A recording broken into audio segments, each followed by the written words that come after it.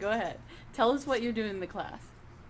Okay, well, this is Introduction to Multimedia, and this is a class where I always like to have them try things that are a little bit edgy, if you know what I mean. The reason being, you know, in further classes they have to get more work-oriented. They have to, you know, work in Photoshop and improve their skills there. In intro, I like to give them more of an overview of some of the newer technologies, and this is one of them. This is Metaplace. So Metaplace, yes, and somebody has knocked me over. Thank you, Tank, or Paul, or whoever that was. Tank, okay. So Metaplace is one of the newer virtual worlds, and it's got a very low technical requirement, both for the computer and for the user. So we've built up this world pretty much from, well, the meeps up. Those are meeps, the little blue bouncy things. So we've been doing everything from building the worlds themselves to uploading projects that they've done in class, and in fact we'll be doing that some more. So everybody registered for an avatar for the first day of class. That's Aaron walking by and having a tomato thrown at him. Aaron, you're famous now. Great. So we've been uploading projects, interacting in Metaplace, a certain amount. You know, it's still a face-to-face class. We have one section over here where we have resources that they can share with each other regarding the 3 programs we go through in class. Thank you, Tank. Don't think I can't throw a snowball back at you. Okay, you got me with a tomato. So today we'll be solidifying the... Now, don't you have to friend people for them to be able to throw Yes. tomatoes and snowballs at you? Actually, not only... Hello. So, I'm doing Lego World or whatever the heck that is. It doesn't even look good. uh-oh. I didn't do Lego World. Tank put a truck driving around. Yeah, the very first day I friended all of them, and they have edit permissions on this particular world, so they can change anything they want to, which has resulted in an interesting array of images. We have one gal who does absolutely amazing waterfalls, and her world is fantastic and definitely something. And there's a Tonka truck in the middle of the waterfall. This is not okay, Tank. We need to limit the range of the Tonka. All right? Okay.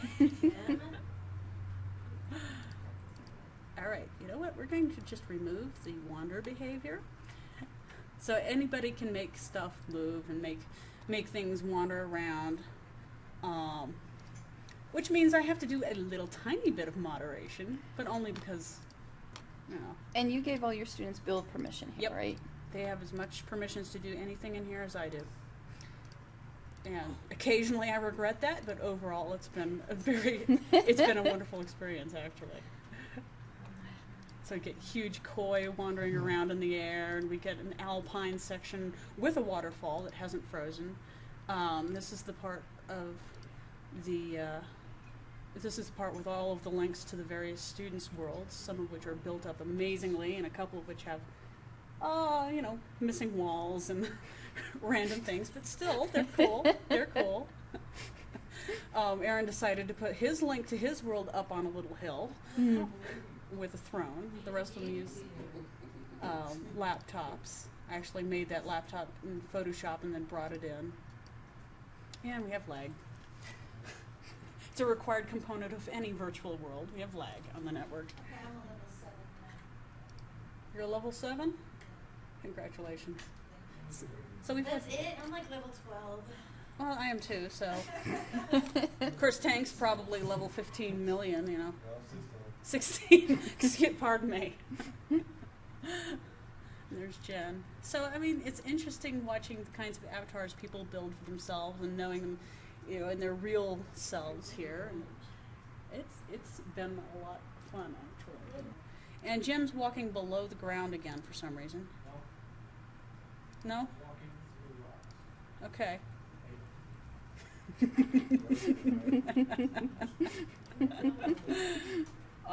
Oh, I wanted to show you this. I put up a sign early on that says Multimedia Rocks. Mm-hmm. So somebody very helpfully, well, let me show you. Yep, they're the Multimedia Rocks. Somebody very helpfully put down rocks. So Metaplace has been very good. I mean, early on I tried Second Life, and Second Life turned out it needed a lot more support from the instructor's side, Mhm. you know, to help them through it technically. And Second Life, of course, has the download for the client, which means their computer at home had to be able to handle it. This, frankly, it's a lot easier to get into. It's a lot easier to understand. You click and you go. If you don't have network lag, you go. So overall, it's been a very cool experience, except for the snowballs. Who's throwing snowballs? Tank.